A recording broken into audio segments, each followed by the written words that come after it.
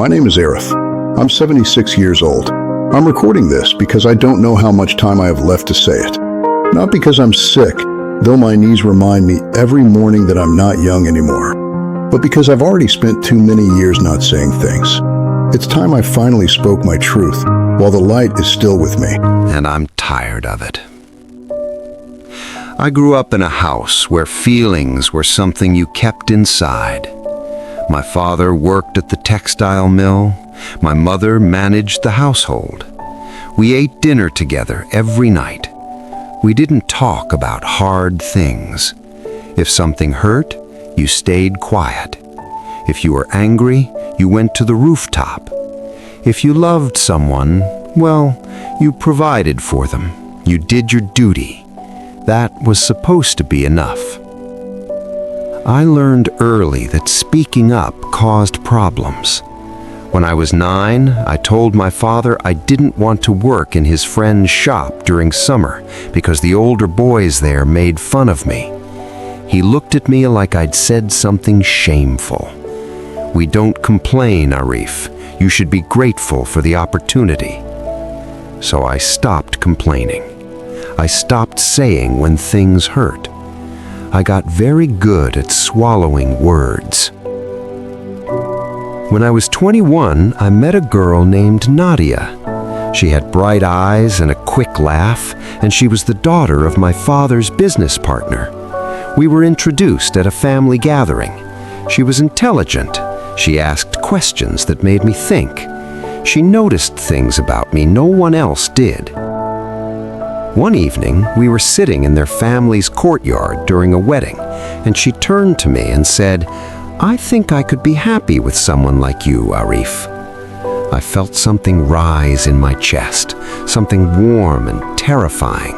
I wanted to tell her I thought about her constantly, that I'd been hoping for weeks she might feel the same way, that when she smiled at me, the whole world seemed lighter.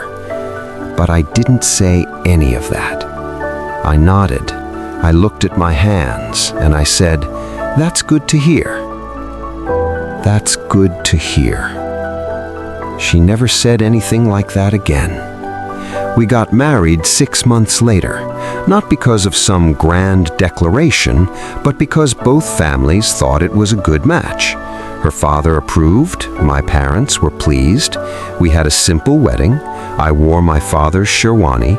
Nadia looked beautiful, and I felt that same warmth in my chest, and I still didn't say it. We moved into a small house near the main bazaar. I worked at my father's business. Nadia kept the house. We had 3 children, Bilal first, then Aisha, then Hassan. I loved those children more than I knew was possible. But even with them, I held back. When Bilal was 6, he came to me crying because the boys at school said he was too skinny. He looked up at me with his mother's eyes and asked, "Abu, is something wrong with me?" I wanted to pull him close and tell him there was nothing wrong with being different, that some of the strongest men are the quiet ones, that he was perfect exactly as he was. Instead, I patted his shoulder and said, "You're fine, Beta. Go wash up for dinner." I see his face sometimes, even now, the way he nodded and walked away. Nadia and I never fought. People used to say that like it was a good thing. Arif and Nadia, such a peaceful marriage, never any arguments. But we didn't fight because we didn't say anything real. When I came home tired, I didn't tell her I was struggling at work. When I stayed late at the shop 3 nights in a row, she didn't ask why.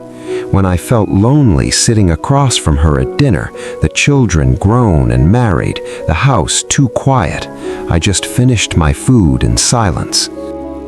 One night, maybe 20 years into our marriage, Nadia was mending clothes and I was reading the newspaper, and I suddenly wanted to speak. I wanted to put the paper down and say, "Do you remember when we first met? Do you remember what you said to me? I never told you, but I felt the same way. I still do." But I didn't. I just kept reading. When Aisha was 19, she came home one afternoon and told us she'd been offered a job in Karachi. She was so excited, her whole face was lit up, and I felt something twist inside me. I didn't want her to go. Not because I didn't want her to have opportunities, I did, but because I was going to miss her, because the house was already so quiet, because I realized I didn't know how to express what she meant to me. She stood there waiting for me to say something, waiting for me to be happy for her. And I said, "Karachi is very far." Her face changed, just slightly. The light dimmed. "I know, Abu," she said quietly, "but it's a good opportunity." "I'm sure it is." She left the room. She left for Karachi 3 months later, and when she called home, she mostly talked to her mother. Nadia died 4 years ago, diabetes complications. She'd been sick for a while, but she never complained much. That was how she was. I was holding her hand in the hospital when she went. At the funeral, people kept telling me how blessed I was to have had such a good wife, how peaceful she looked, how she was with Allah now. I nodded. I thanked them. But standing there, looking at her grave, all I could think about was that evening in her family's courtyard, that moment when she said she could be happy with someone like me, Arif, and I never told her what she really meant to me. I said I love you occasionally, of course, on special days, the way you're supposed to. But I never told her the way it really felt, the way it lived in my chest like something too precious to speak out loud. I never told her I was grateful every single day, that I watched her pray sometimes and felt overwhelmed by how lucky I was, that when she was sick, I couldn't sleep for worry. She died not knowing those things, and I have to live with that. Bilal lives in Lahore now. He calls every Friday after Juma prayer. We talk about business, his children, the weather, safe things, surface things. Last year, he asked if I wanted to come stay with them for Eid. His voice was careful, like he expected me to say no. I wanted to say yes. I wanted to tell him I'm lonely, that the house feels too empty, that I hear myself in him sometimes, that same quietness, and I wonder if I did that to him, if I taught him to keep everything inside. I said, no, you have your own family now. I don't want to be a burden. There was a pause. "Okay, Abu," he said, "but if you change your mind." I didn't change my mind. I spent Eid alone. I told myself I was fine, that I preferred the peace, but I wasn't fine. Aisha visits more often. She's better at pushing past my walls than Bilal is. She'll ask me direct questions. "Abu, how are you really?" And I still can't answer them honestly. A few months ago, she was here, and we were having tea, and she said, "You know, when I told you about the Karachi job, I thought you didn't want me to go. I thought you were disappointed in me." My chest went tight. "That's not true," I said. "I know that now," she said, "but I didn't know it then." She wasn't angry. She was just saying it, like it was a fact we both had to live with.